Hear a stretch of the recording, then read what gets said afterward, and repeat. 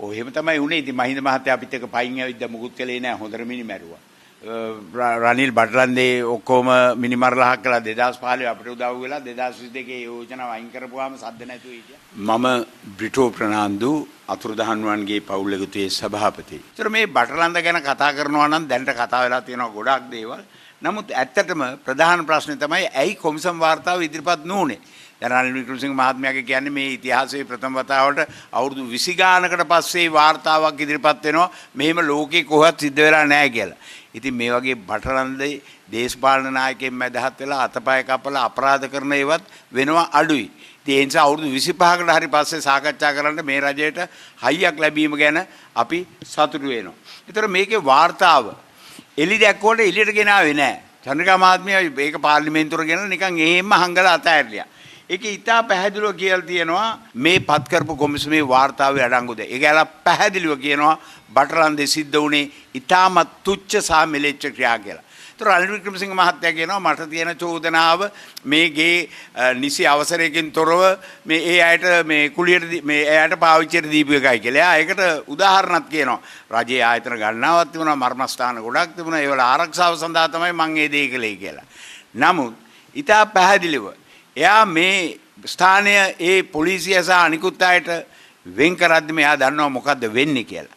කොමිසම කියනවා එවකට රජයේ දේශපාලඥයා මතක තියාගන්න රනිල් වික්‍රමසිංහ කියන නම පාවිච්චි නොකලට කොමිසම කියනවා එවකට රජයේ දේශපාලඥයා ඇතුළු ජ්‍යෙෂ්ඨ පොලිස් නිලධාරීන්ගේ ප්‍රජා අයිතිවාසිකම් අහිමි කිරීමේ අතිරේක අධිකරණ බලයක් සුප්‍රීම මුසාවියට පැවරිය යුතුයි කියලා. ඉතින් මේක චන්ද්‍රිකා කළේ නැහැ.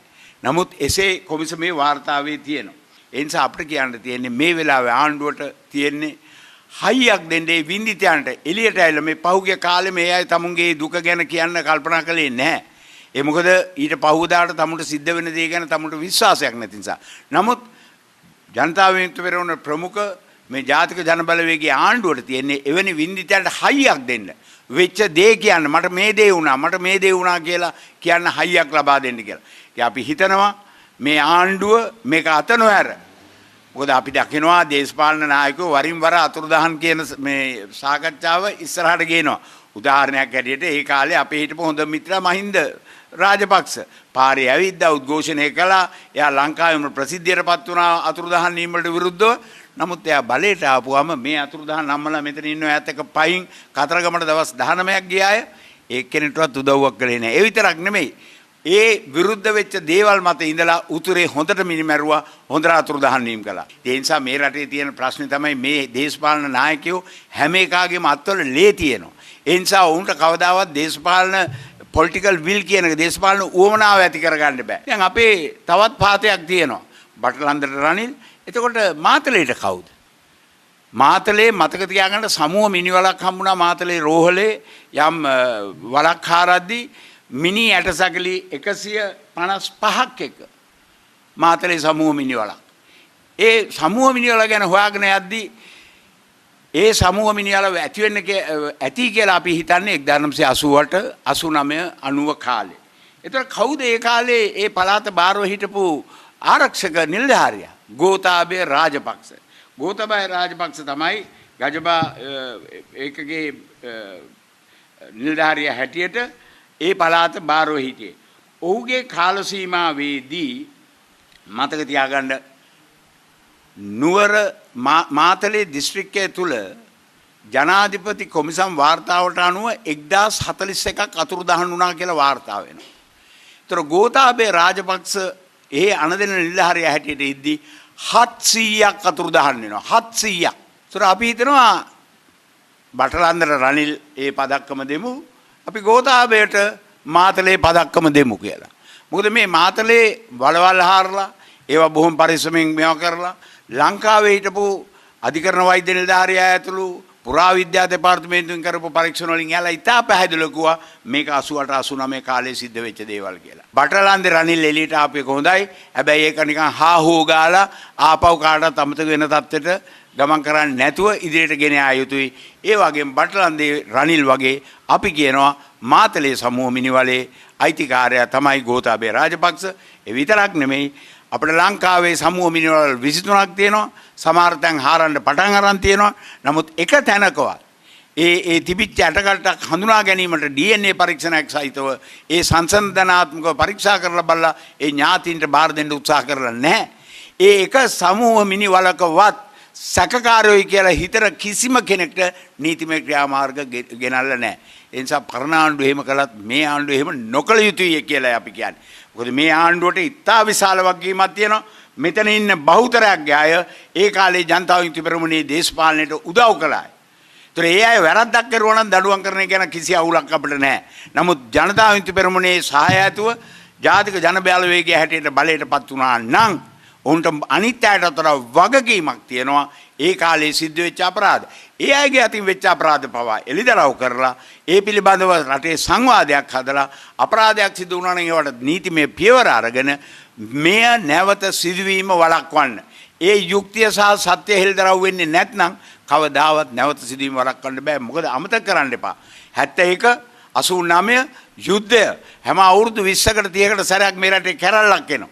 මේ රටේ තරුණ පරම්පරාවෙන් 10 පටන් ගත්තු 71 89 60 යුද්ධදී 1,47,600කටත් වැඩි කියලා මන්නාරමේ රදගුරුතුමා කියනවා. ඒ නිසා තවත් කැරල්ලක් ආවොත් ඒකෙදි මතක තියාගන්න ආණ්ඩුව හැසිරෙන ආකාරයට වඩා බරපතලයි කැරලිකාර කණ්ඩායම් හැසිරෙන ආකාරය.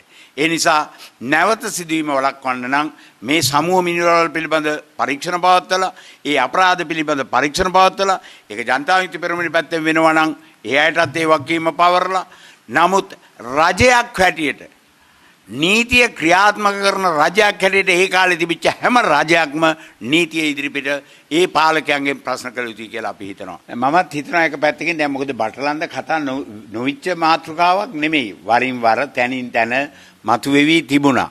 අපිත් යම් උත්සාහයන් කළා අම්මලාව පාට ගෙනල්ලා අවශ්‍ය තැන් වලට මැදහත් වීම කරලා මේ ගැන යමක් කරන්න කියලා.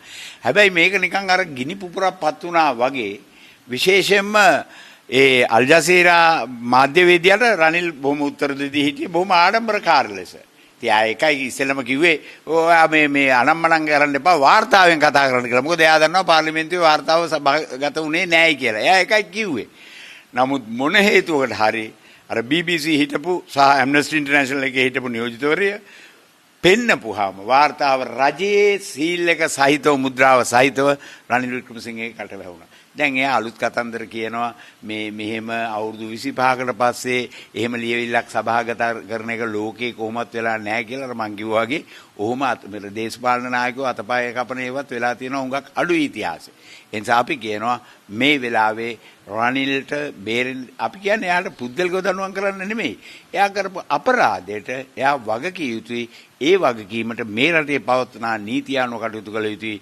ඒ නිසා කොමිසම නිර්දේශ කරන ආකාරයට ඔහුගේ ප්‍රජායිතිය මොකද අපිට මතකයි සිරිම බණ්ඩාරනායක මහත්මියගේ ප්‍රජායිතිය අහිමි කළා සමහරට සාධාරණ හේතුවක් නොමැතුව. නමුත් ඉතා පැහැදිලිව මේ පිළිබඳව ඒ විපතරපත් වෙච්ච වින්දිතයන්ට ශක්තිය දීලා ඔවුන් එළියට ගෙනල්ලා ඔවුන්ගේ කරුණු හෙලි කරලා අවශ්‍ය නම් නැවතත් කොමිසම අපත් කරලා හරි ඔහුගේ ප්‍රජායිතිය අහිමි කරලා පෙන්වන්න ඕන දේශපාලන නායකයන්ට වැරද්දක් කරොත් දඬුවමක් තියන එහෙම නොකර මේ හැම දේශපාලන නායකයම බලය ගත්තට පස්සේ මිනි මරන්න අතුරුදහන් කරන්න ඒ තරම්ම පැකිලෙන්නේ නැහැ.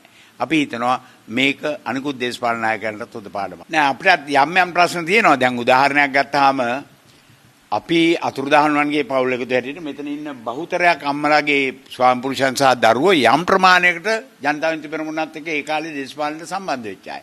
හැම කෙනාම නෙමෙයි නමුත් බහුතරයක්. හැබැයි මේ බහුතරය නිසා මේ දෙමව්පියෝ ඔක්කොම බලාපොරොත්තු වෙලා හිටියා අතුරුදහන් වූවන් වෙනුවෙන් විශේෂ කාර්යයක් මේ ආණ්ඩුව ඉටු කරයි කියලා. නමුත් මේ අම්මලා මට කරපු චෝදනාව තමයි බජට් එකේ යාලා දවසම බලාගෙන හිටියා අතුරුදහන් කියන වචනය කොහෙවත් සඳහන් වෙනවද කියලා. වකුගඩු අමාරුකම් ගැන ආබාධිත ගැන විවිධ අය ගැන කතා වුණත් අතුරුදහන් කියන වචනේ කතා නොකර ඉන්න පරිස්සම් වුණා කියලා තමයි මේ අම්මලාගේ වේචන තියෙන්නේ. මොකද සමහර අය චෝදනා කරනවා තමුන් කරපු දේවල් පිළිබඳවත් එළියට එන්න ඉඩ තියෙන නිසා මේ ආණ්ඩුව පසුබහිනවා කියලා. අපි කියන්නේ මෙහෙමයි. කැරල්ලක් ගාපුවම මේ කැරල්ලේ ස්වරූපය පිළිබඳව අපිට තියෙනවා ප්‍රශ්න.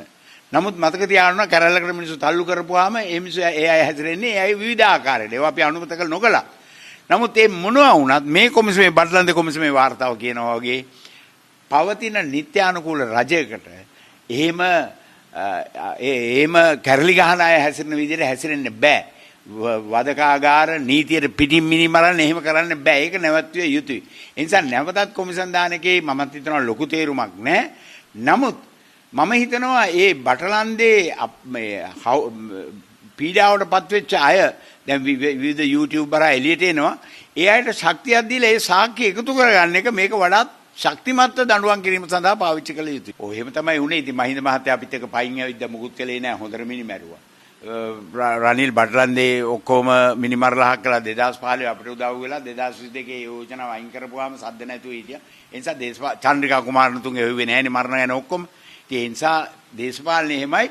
නමුත් ඉතින් අපිට තියෙන්නේ ඒ උන්ට පාර පයින් නැතුව කෙලින් පාරේ යන්න තල්ලු කරන එක තමයි. ඉතින් අපේ ජීවිතයේ ඉතිහාසයේ තියෙන අසාර්ථක භාවයන් ගොඩක්. හැබැයි අපි අවුරුදු 30කට පස්සේ කාර්යාලයක් දිනාගෙන තියෙනවා. වන්දියකට එකඟතාවයක් අරන් තියෙනවා. ඒ ජයග්‍රහණත් එක්ක අපි මේ ජයග්‍රහණත් ලබා ගන්නවා කියන විශ්වාසයෙන් කටයුතු කරනවා.